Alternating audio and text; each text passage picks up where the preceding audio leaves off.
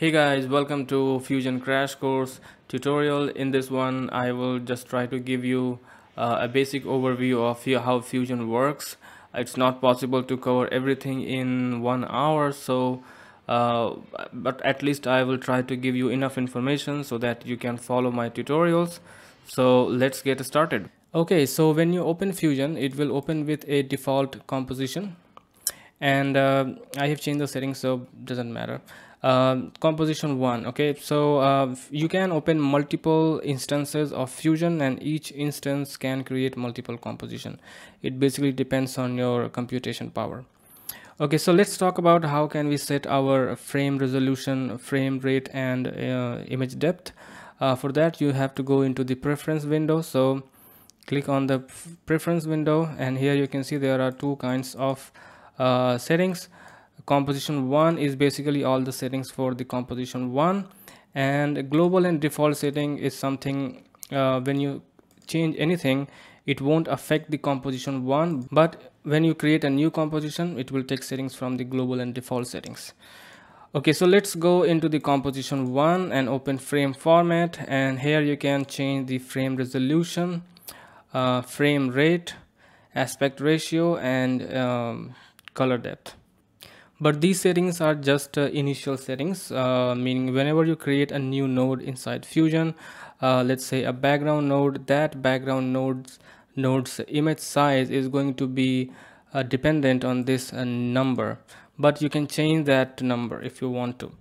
And so when you create a node tree, let's say you have created a composition and you rendered that file, that output file does not necessarily mean that it that will have the same resolution. You can change that thing down the node tree. All right, so let's save this. All right, so this is the default interface of Fusion, and this is basically divided into three main parts. This is called the viewer, and right now you have two viewers side by side. You can switch to single viewer mode if you want. Let's set this to two viewer right now. So, and you can open multiple viewers if you want. If you go into the windows, you can create multiple viewers. All right, so this is the area where you see the result of your composition or any particular node. Then we have this big area which is called the flow editor, and actually it has many tabs. Mainly we use flow editor, timeline, spline, and console. So flow editor is basically where you create all your nodes. You basically create your composition and everything and do all the magic here. Then if you animate those properties of nodes, you go into the timeline and change keyframes and adjust their graphs in the spline editor.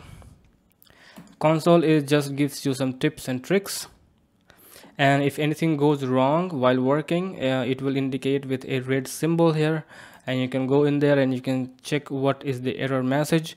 You can also execute single line scripts of Lua or Python. All right, so that's it. Then we have the control panel. Control panel is where you edit all the attributes of the nodes you create, and it is basically two tabs. One is tools and second is modifier. We'll talk about these things later on, so don't worry about that. Now let me give you the basic key controls to navigate inside the editors. For panning, you just press your middle mouse and you can pan. For zooming in and out, you can press and hold the left and middle mouse both at the same time, and then you can drag left or right to zoom in or out.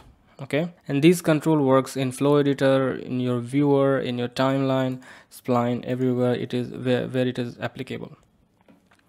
Okay, so let me give you a real example. Let's create a BG node here. So whatever you do inside Fusion, you create a node for it, you create a tool for it basically. It doesn't matter if it's a effect, if it's a mask, even if you import something or if you export something, you have to create a tool for that. And tools are basically nodes, and each node performs a specific task.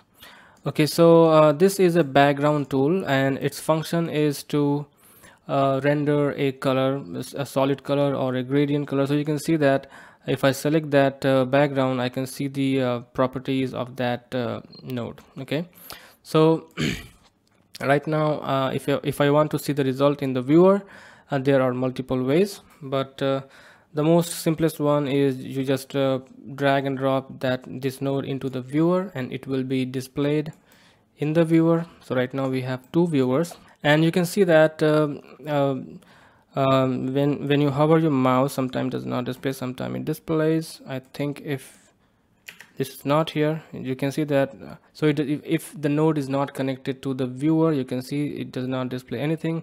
But when you hover your mouse, you can see there is an extra ribbon appears, and on that you have two dots, and these dots basically represents left and right viewer, or 1 and 2 viewer. And if you want to display the result in any of the viewer, you can just toggle that. Okay, so this is left and this is right. Okay, and as you can see, if I let go, and now this ribbon is not getting disappeared, it's there. But if I release the viewer, now it disappears. So you can also open multiple viewers, and you can see that now I have 3 dots. So if I want to display that into the third viewer, I click on the third button. Okay, let's change the color of this background, something other than black. And what else, you can also press the number keys. So you can count your views, like left is 1, right is 2, and anything extra counts from third, 3, 4, 5, 6. And if you want to display the node into that particular window, you just press your number keys. For example, I want to display into the first viewer, I press the 1 key. If I want to display in the second viewer, you press the 2 key, and 3. It also toggles, you can also toggles. Okay, so there are multiple ways, but I think the fastest way to is just grab your node and throw it into the viewer's direction. There you go.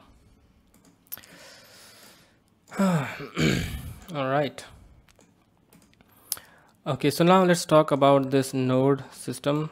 Okay, so you can see that I have 2 small geometric shapes here. One is square, red square, and one is this triangle, blue triangle. And this triangle basically represents an input. Okay, and this red dot, red square, represents an output. And each node can have multiple inputs but only one output. Okay, so as I said, each node has a specific job, and this node's job is to create a solid color or gradient. So you can change the settings in the tools panel. So we're talking about the input and output. So you can see that we have 1 input and 1 output, and currently we are seeing the result in the viewer. Okay, so let's create another background, and let me show you one very important thing. So each node input connection can only have 1 input. For example, if I create 2, let's change this color to something like this, and create another one. Let me change this to something like this. Okay, so let's connect this reddish, pinkish, purplish kind of color to the input of this background, this gradient. So I just drag from the output and release my mouse on the input, and you can see that doesn't matter what's happening into the viewer. I just want to show you something in the flow editor. So you can see that I have connected the output of this node to input of this node. Let's say I also want to connect this node's output to this input. So let's do that. You can see that this node can only, this input connection can only take 1 output. Okay, but you can give multiple output connections if you want. For example, this is let's put it here. So this output, this node's output can be put into the input of this node, and in this node. So this is how this thing work. Okay, so this is a very simple background, and it has only one input, but when you create other nodes it may have more than one input, okay, depending on the what kind of task it performs. Let's create a simple composite. So for that, let's let's create two different nodes here. First, this is my background, and let me set this to radial gradient, and let me change the color to something like, I want blue here and I want black, something like this. And let's create another background. I want this to be, let's say, slightly yellowish, bright yellow, and apply a mask to it. Okay, so this is basically a yellow circle, and I want that circle to be on my gradient background. How can I do that? Well, you can create a merge node. So for that, you have to go into the tools, composite, and create a merge node. And you can see that this merge node has multiple inputs. One is for foreground, one is for background, and one is for mask. So you have to decide which layer is going to be in the background and which layer is going to be in the foreground. So I want this gradient to be in my background, so I will drag my output connection to the background input of this merge node. Okay, so now I can see the background, and you can tell which node is being displayed in the viewer by this button. Actually, it's a button, so if it's not selected, if you click on this, it will automatically select that respective node. Okay, so you can see the name of the node here, whatever it is being displayed currently.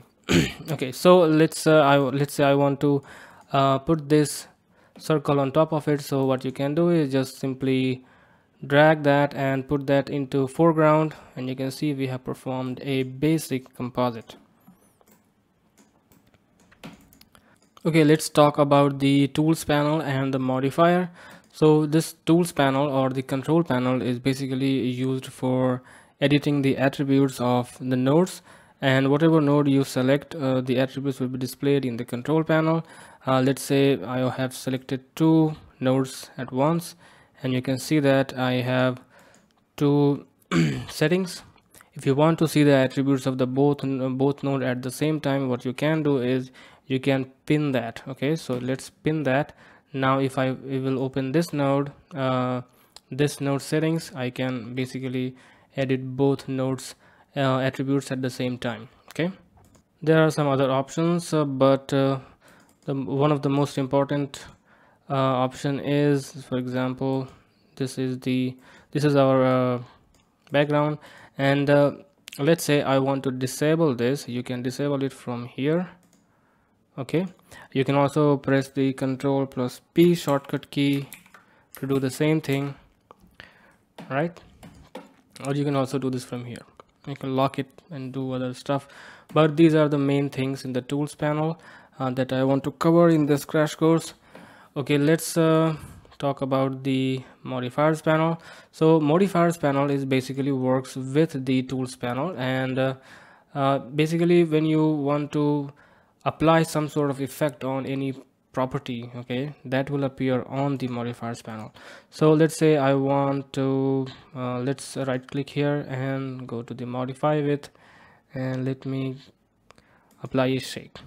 Okay, so you can see that when I apply this effect, I don't see anything here, because those settings will appear on the modifiers panel. So you have to open that, and now you can change these settings. So basically you can apply modifiers on attributes in the tools panel, and those modifiers can be edited inside the modifiers panel. Okay, so let's delete that. Okay, so let's talk about the mini timeline, but first let me just quickly animate this thing.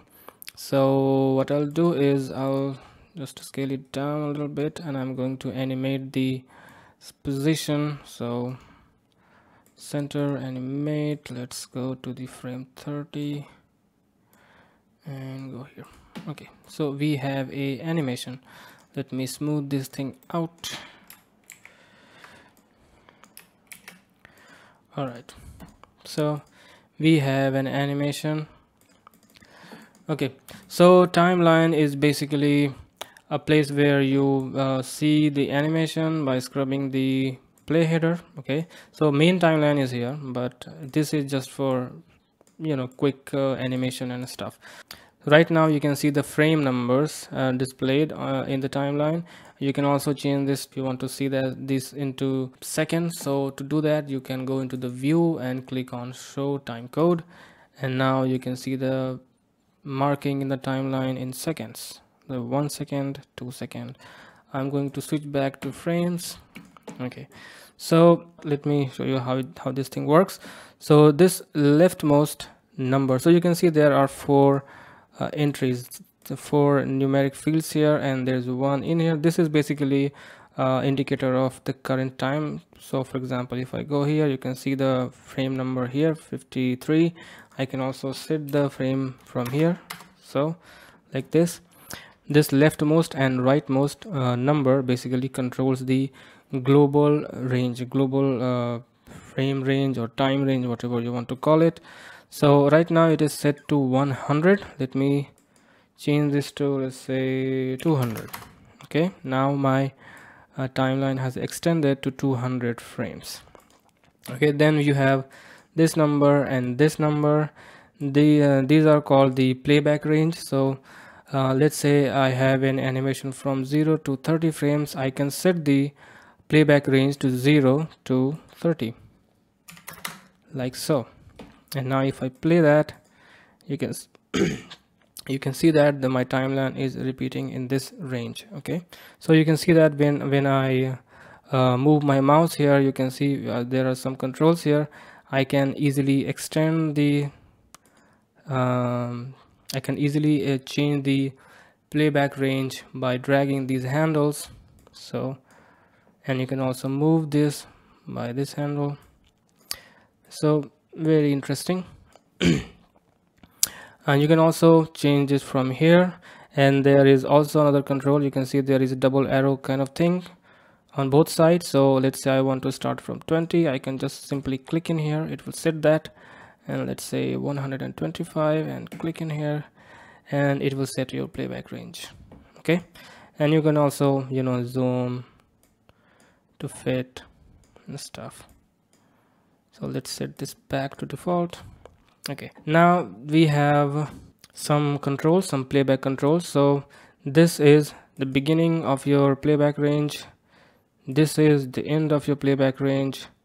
This button basically goes one step backward, this one goes one step forward, and this plays backward, and this button plays forward. Okay, and then right now the timeline mode is set to loop. So let's go back to frame 0 to 30 and play it. You can see that when it finishes the playback range, it goes back to the frame 0 and keep looping, and that behavior is basically controlled from here. So right now it is set to loop. If I change this to ping pong, you can see it comes and goes and comes and goes, and then you can basically turn this thing off, so it will basically stop there. Okay, but let me set this to loop. All right, now let's talk about these buttons. So render is basically whenever you want to render your frame, a still frame or animation, you have to click on here and you can set the configuration, preview or final, how many frames you want, and then just click on the start render. Okay, we'll see that settings later on, don't worry about that. And then we have some few buttons here. So right now so this is high quality, motion blur, proxy, auto proxy, and sum. We don't care about sum, it's by default the right setting. Okay, so high quality is basically you notice that when let's zoom to 100%, you can see there is some anti-aliasing issue, and if you want to clean this thing out, you just press the high quality and it will be crisp and smooth. So and this, but this also takes more computation power and more memory. So if you're working with animation, you probably want to turn this thing off. Okay. And motion blur is basically for motion blur. So let's say I want some motion blur on this ball, so I can go into the tools panel and I can turn on my motion blur, but it's only visible if the motion blur switch is turned on.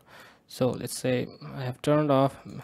And one thing you have to remember that Fusion, basically whenever you scrub the timeline, it caches it into the memory. And you can see that even my motion blur is turned off.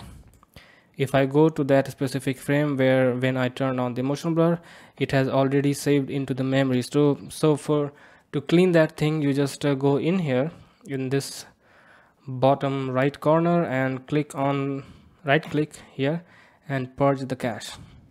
Okay, and it should clear this thing out. Okay, all right, so this is motion blur. Now we have proxy. Proxies are basically for some if you're working with animation and you have heavy scene and you want to see the result quickly in the viewer, you can turn on proxies. You can set the resolution. So right now it is set to third resolution. Okay, see, this is full resolution, half resolution, third resolution, quarter resolution, and so on. You can also turn on auto proxy. Do these things automatically. Okay, so these are these simple things here. All right. Okay, so let's talk about the favorite toolbar. The favorite toolbar is collection of some tools and some settings. So this is I have already talked about these things. So single viewer, double viewer, some layouts. Basically these are 4 layouts, right? 4 kind of layouts. You can also change your layout from Windows view layout, and you can change your layout from here, right? And you have bin. Bin is a place where basically it does a lot of things, but you can also use it for creating your tools. So we are going to talk about tools. Okay, so these are some tools here which you use most of the time, so it is actually saved it just for easy access. But if you want to create a tool in a standard way, you can go into the tools menu and go into a specific category and create that tool. Okay, you can also create your tool by right clicking in the viewer, in the flow editor, go to add tools, and you can access the same menu here. All right, you can also insert any tool. So I can click on the pipe here, let's say, and go into tools, add tools, and let's create something. So let's create raise. Okay, now you can see we have raise, something like that. So multiple ways. You can also press Control and space bar and this will pop up, and then you can type your name of the node, name of the tool. So let's say raise. It will be created.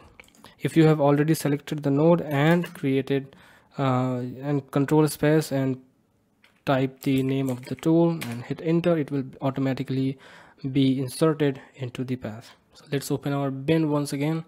Other than creating your tools from here, you can also see that there are other categories here which are basically some presets you can play with. Okay, so these are the settings files which you can also create and create a library of your own. So for example, we were creating a library of lower thirds later on the course, so I'll show you the entire process how to do that. Okay, so let's talk about the node flow. Okay, so how node flow works. So for that, as you remember, I have already talked about the preference window where we can set our frame settings, frame rate, and color depth. But as I said earlier, these settings are not necessarily mean that when you render the file, it's gonna take the same settings. So what does it mean by that? Well, if you create any node in Fusion, if you go to let's set this to single viewer mode, and let's select our background, and if I go into the image tab, you can see the width and height numbers are actually taken from the comp settings. Okay, and even if I change it, I can reset it back to that number, but I can change it. Okay, so let's say I set this other than the default settings. I can change the depth. I can set this to float 16-bit. Okay, like this. You can see the image resolution and image depth. So those settings are not necessarily the most important settings. What you have to understand how node flow works. So generally, in my experience, what I do is I keep whenever I create a node tree composition, I keep the first node basically intact. So I don't use it for any other purpose, just for my comp settings. For example, I have created this node, right? And what I'll do is I just set this alpha to 0, and this is the comp setting size. Okay, and I can set my resolution and stuff from here, but I don't use this node. I just use it for my initial settings. For example, I have created this thing, okay, and this is my background, and here I have used a gradient. Okay, so I can use this one also. So let's use this one, no problem. Okay, so if I render this file now, I have already an animation. Okay, so let's say I have applied a saver node here, and I can go and let's render this thing .mov. Okay, and if I render this, okay, let's import that file from the desktop, and if I just drag and drop into the viewer, you can see it has the same resolution. Okay, all right, but if I change the setting of this node, this first node, so let's set this to something other than the default setting, and now if I render it, because I don't know, and Fusion crashed. Okay, so all right, no problem. Let's open it once again.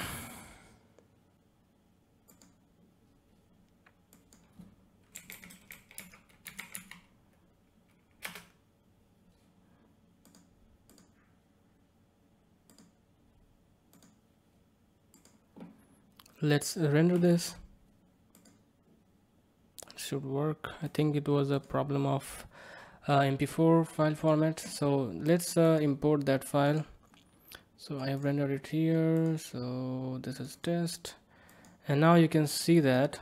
So just for sure, this is loader1 test.move. So that you can see that the image size is currently not HD. Okay, not full HD, which we have set into the composition settings. Okay, so this is not 100% accurate. So these settings are just for initial settings, not for the final resolution of the output.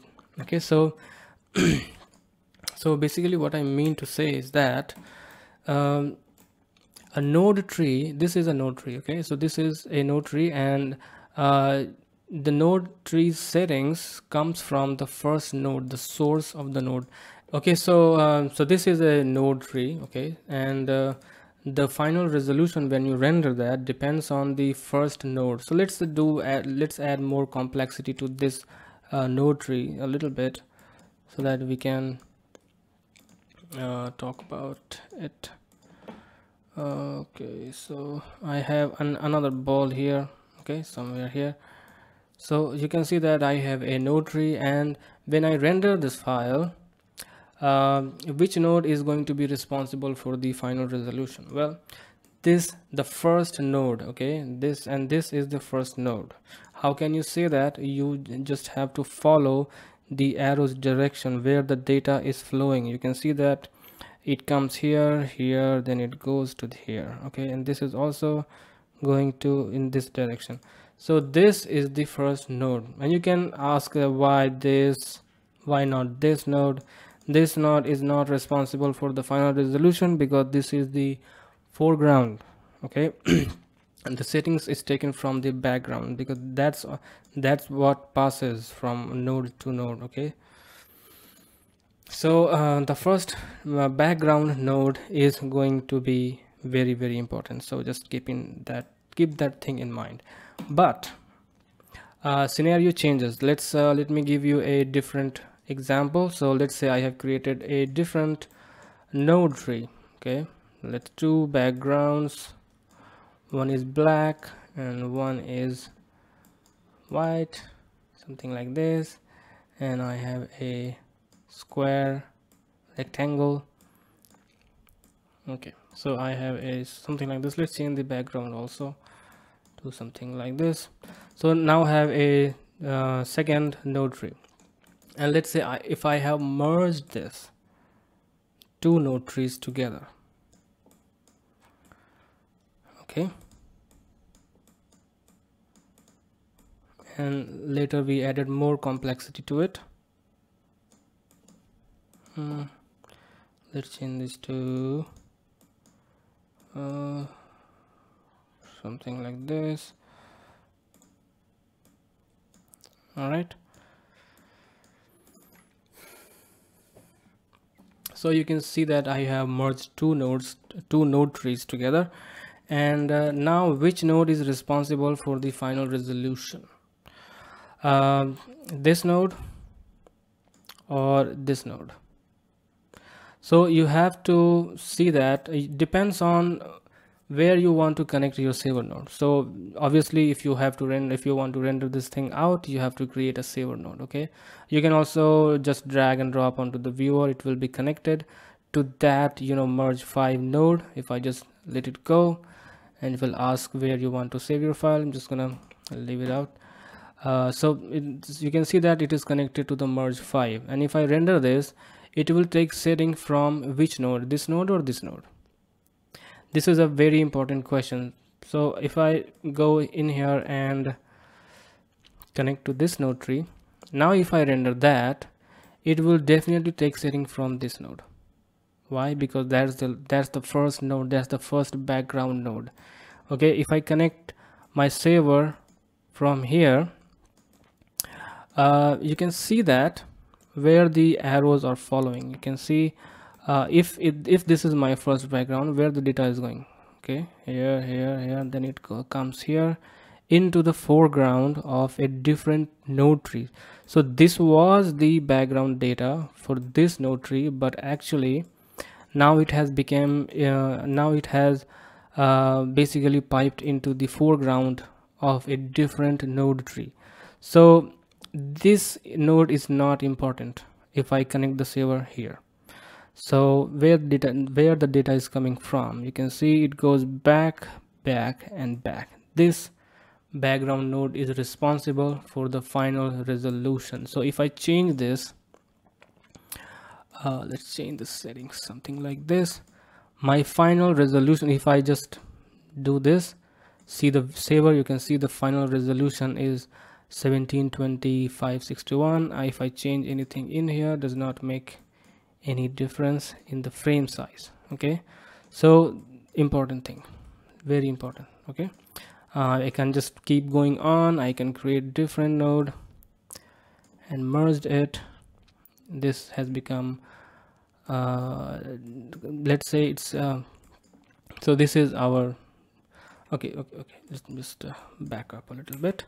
So this is the background I created. Let's add this time something else other than background. So let's add a text. Okay, so this is my third node tree with some text on it, and I have merged that on top of it. Now obviously I can't see because this is this one does not have transparency. So let's set the color to black and turn on transparency. Now I should be able to see the text here. Okay, so now if I render this node tree, which is all right now, they are all connected, okay. So which node is going to be responsible for the final resolution? Well, this one, okay, because all of these nodes are coming, you can press the F4 key to make it full screen. Any window can be made full screen by the F4 function key. So just move your mouse there and press F4.